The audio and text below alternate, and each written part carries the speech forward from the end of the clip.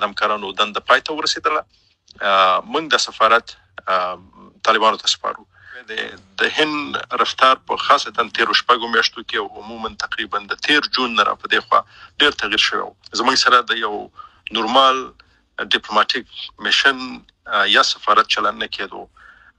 زموږ ډېرو یاداشتونو ته جواب نه ورکول کېدو. هغه دو جانبه تفاهمونه موافقې چې موږ او هند افغانستان او هند امضا کړې وې د هغه درناوی نه کېدو او هغه ستراتیژیک پارټنرشپ سند چې هند او افغانستان امضا کړو په هیڅ مادامانه همکاري نه کېدله.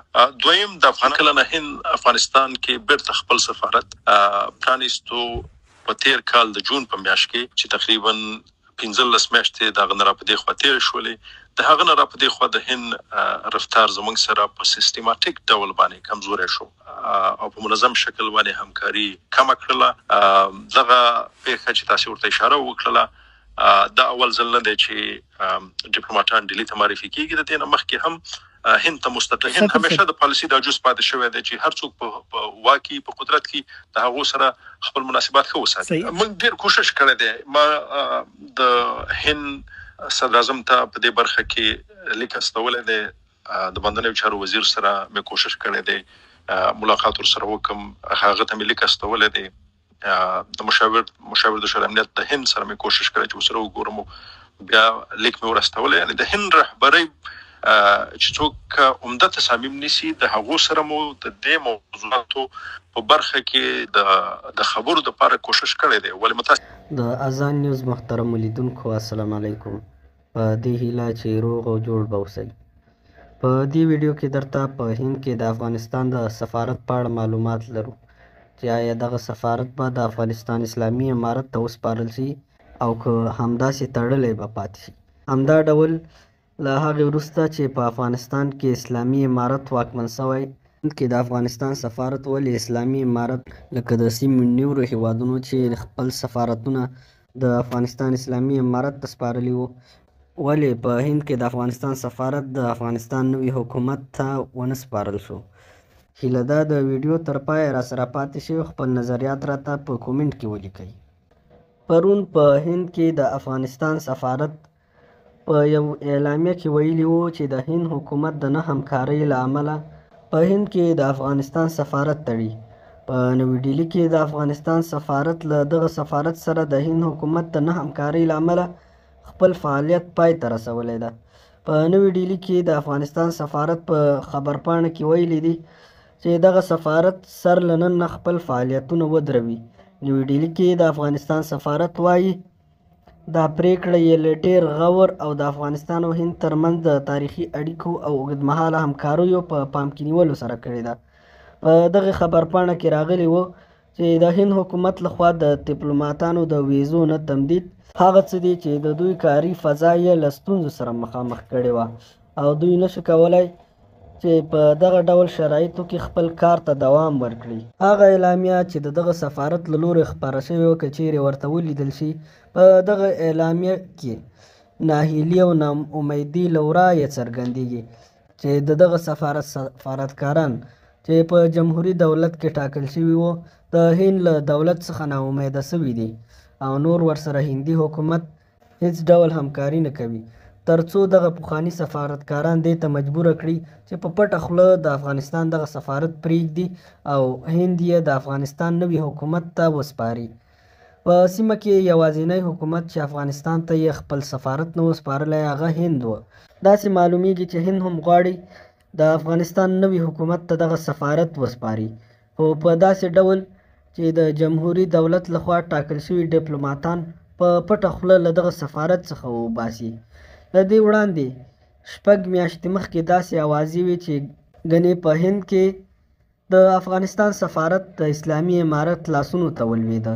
هغه وخت کې د افغانستان د بهرنیو چارو وزارت په یو اعلامیه کې د دغه سفارت یو پخوانی سفارتکار د همدې سفارت لپاره ټاکلی و، خو داسې معلومیږي چې د جمهوري دولت دغه پخواني ډیپلوماتانو یې مخالفت کړی و او هغه یې نه و پرېښی په دغه سفارت کې د افغانستان اسلامي امارت په نمایندګۍ خپل کار ته دوام ورکړي. کېدای شي د افغانستان اسلامي امارت له هند سره تفاهم ته رسېدلی وي، ترڅو خپل ډیپلوماتان ور وپېژني. خو یوازینی مشکل په هند کې د افغانستان د پخواني دولت ډیپلوماتان دي چې نه غواړي په دغه سفارت کې د اسلامي امارت په نمایندګۍ کوم ډیپلومات هلته کار وکړي.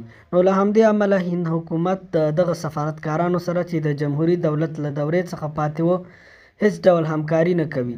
د دوی نو لیږل شوو خطونو ته ځواب نه وایي او په هیڅ اهمیت هم ورته نه دي قایل. ځکه اوس دوی مجبوره شوي چې په خپله دغه سفارت وتړي او هند حکومت دغه سفارت نوي حکومت ته وسپاري. دا ډول په یوه لیک کې چې په هند کې د میشتو افغانانو له لوري د افغانستان د بهرنیو چارو وزارت ته سپارل سوی و راغلي وو چې د هند حکومت دغه اوسنی ډیپلومات په پراخه کچه په فساد کې ښکېل ده. د افغانانو څخه یې په زرګونو او لکونو ډالر وهلي دي، په مختلفو ډولونو ته پیسې اخلي او همدا ډول د افغانستان د سفارت ځمکه چې د افغانستان د ټول ولس شتمني ده له یو شرکت سره یې په دعوه کې اچولې ده چې کېدای شي دغه شتمني هم د افغانستان له لاسه ووځي. 6 میاشتې وړاندې چې دغه لیک د افغانستان د بهرنیو چارو وزارت ته سپارل شوی و په دغه لیک کې ویل شوي و په هند کې د افغانستان سفیر فرید مامنځی، مالی او اداري مسؤل ضیاء الله هاشمي او ابراهیم شکیب ایازي له لوري په غیر قانوني او د ټولو ملي او ډیپلوماتیکو ارزښتونو خلاف د سفارت 2 تعمیرونه چې 6 اپارتمانونه کېږي او یو آزاده ساحه چې د چمن په نوم ده چې حدود نیم جریب ځمکه کې راځي یو هندي شرکت ته پرته له هر ډول قانوني پروسې د مرکز له اجازې او هدایت پرته په اجاره ورکړې ده. دې قرارداد شاوخوا 10 میاشتې دوام وکړ. وروسته په هند کې د میشتو افغانانو له فشار سره مخ شول او له هندي شرکت سره یې بالاخره قضیه رامنځته شوه. په دغه لیک کې همدارنګه ویل شوي دي دا مهال هندي شرکت پر سفیر، مالی او اداري مسؤل باندې د هند په محاکمو کې د 2.5 کروړه هندي کلدارو د جال او فساد دعوه کړې. د هندي شرکت پلان دا ده چې وروسته له څو کلونو تېرېدو څخه د هند د محاکمو د پریکړې پر اساس شاوخوا نیم جریب چمن چې میلیونونه ډالر ارزښت لري پر خپل نوم کړي او د افغانستان دغه شتمنۍ د افغانانو څخه واخلي چې ټول لامل یې د سفارت دغه پخوانی ډیپلومات فرید مامنځی او ضیاء الله هاشمي دي. همدا ډول په هغه لیک کې راغلي وو چې د افغانانو دغه ملي شتمني د 2 تنه جنایتکارو او مجرمو له لوري د هندي سوداګرو له شومو پلانونو سره مخ ده چې زیان به یې ټول افغان ملت ته رسیږي. همدا ډول په هغه لیک کې راغلي وو چې سفیر فرید مامنځی هڅه کوي چې خپل مفسد شریکان په هره ممکنه لاره وي له هند څخه وباسي. بل خوا هندي شرکت شخصا د فرید او هاشمي پر خلاف خپله عریضه درج کړې ده او دوی باید د شاوخوا 2.5 کروړه هندي کلدارو حسابي تصفیه کړي. همدارنګه هغه ټوټه ډیپلوماتیکه تاریخي ځمکه چې دوی هندي شرکت ته په اجاره ورکړې ده دا مهال پکې سفارت د هیڅ تصرف حق نه لري ځکه چې په هندي دولتي محاکمو او ادارو کې د یو لانجمنې ساحې په توګه درج شوې ده. په دغه لیک کې د افغانستان له بهرنیو چارو وزارت څخه غوښتنه شوې وه چې په هند کې د افغانستان په سفارت کې د روانو خپلسریو د مخنیوي له کبله او په هند کې د میشتو افغانانو د مشکلاتو د مخنیوي لپاره په جدي توګه اقدامات وکړي. له هغې وروسته ورته اسلامي امارت په همدغه سفارت کې یو پخوانی سفارتکار د اسلامي امارت د نماینده په توګه وټاکه. خو څرنګه چې دغه پخوانیو ډیپلوماتانو ورسره کلک مخالفت کړی و دغه سفیر خپل کار ته دوام ورنشو کړلی. په یو تازه مرکه کې چې د سفیر فرید مامنځي سره شوې ده هغه ویلي دي چې هند حکومت ورسره هیڅ ډول همکاري نه کوي. شاید افغان حکومت او هند دې توافق ته رسیدلی وي چې په هند کې دغه سفارت د افغانستان نوي حکومت ته وسپاري او همدا ډول هند حکومت غواړي چې دغه پخواني ډیپلوماتان چې دلته شتون لري باید د افغانستان د بهرنیو چارو وزارت څخه امرونه ترلاسه کړي او د هماغه وزارت په لارښوونو سره سم دلته په هند کې د افغانستان د سفارت چارې پر مخ بوځي. دغه پخواني سفیر ویلي دي چې اوس هم په هند کې ځینې قونسلګریانې دي چې د افغانستان د نوي حکومت څخه مستقیم امر اخلي او د هغوی سره مختلف مجلسونه کوي.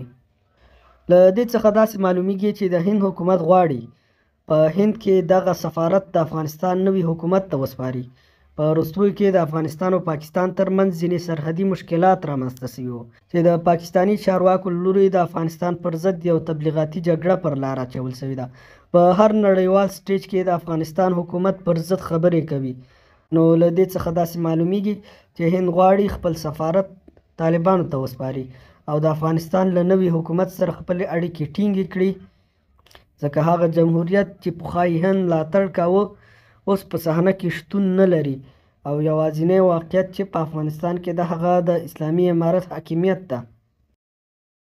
د شورای امنیت د هند سره مې کوشش کړی چې ورسره وګورم، بیا لیک مې ورستولی. یعنې د هند رهبرۍ چې څوک عمده تصامیم نیسي د هغو سره مو د دې موضوعاتو په برخه کې د خبرو دپاره کوشش کړی دی، ولې متاسفانه په دې نیو بریالي شوي. هغه څوک چې موږ لیدل هغه یا موږ ته اکسس راکوو او ملاقاتونه راسره کول، هغه په هغه سطح نه و چې پالیسي ته تغییر ورکړلی شي. موږ ته په رسمي شکل نه دی ویلي، ولې په غیر رسمي شکل باندې و د دې رفتار زموږ سره د دې چې سفارت نور وتړی. مثلا زما د تګ په برخه کې موانع جوړېدل، هر کله چې ما سفر بیرون کړی دی بیرته چې تلم د مشکل سره مخ شوی یم چې هند ته داخلېږم. ډیپلوماټان که بیرون راغلي دي د مشکل سره مخ شوي دي. زما د ډیپلوماټانو په میاشتو ویزې نه دي تمدید شوي. برحال دا اوس چې زه ورته خبرې کوو، یو ډیپلوماټ مې د مۍ د میاشتې نه را په دې خوا د کورنۍ سره ویزه خلاصه شوې ده، ماشومان د مکتب نه بیرون دي، د بانک اکاونټونه بسته دي.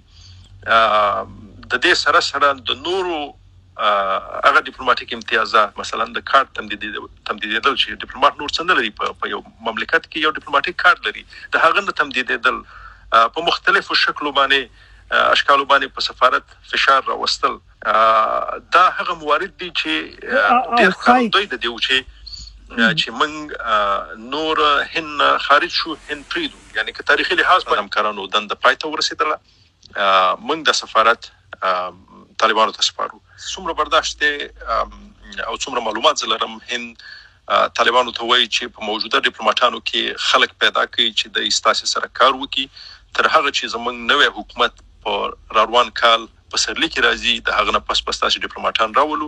ولې په اوس وخت کې د جمهوریت د پخوانو ډیپلوماټ او زما اطلاعات معلومات هم دا ښکاره کوي که تاسې لاړ شئ او د طالبانو د باندنیو چارو وزارت اجتماعي رسنیو ته مراجعه وکړي، په هغه کې معلومیږي چې د کنسولۍ د خوا مسؤلینو سره مجالس کوي او د هغو د خوا هدایت اخیستل کیږي.